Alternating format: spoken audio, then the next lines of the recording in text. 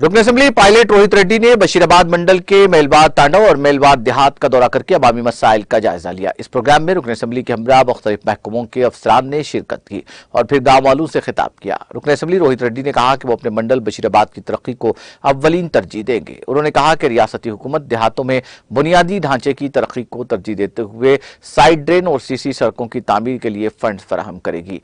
उन्होंने कहा कि वज़ीर आला केसीआर, वज़रा केटीआर, सबिता इंद्र रेड्डी और एमपी रणजीत रेड्डी के ताउन से तांडूर को मजीद फंड्स फराहम किए गए हैं। उन्होंने कहा कि तेलंगाना रियासत के हुसूल के बाद से कई फलाही स्कीमें मुतारिफ करवाई गई हैं और तमाम तबकात के लोगों को नताइज मिल रहे हैं। इस मौके पर मकामी टीआरएस कायदीन और कारकुनों की कसीर तादाद मौजूद थी।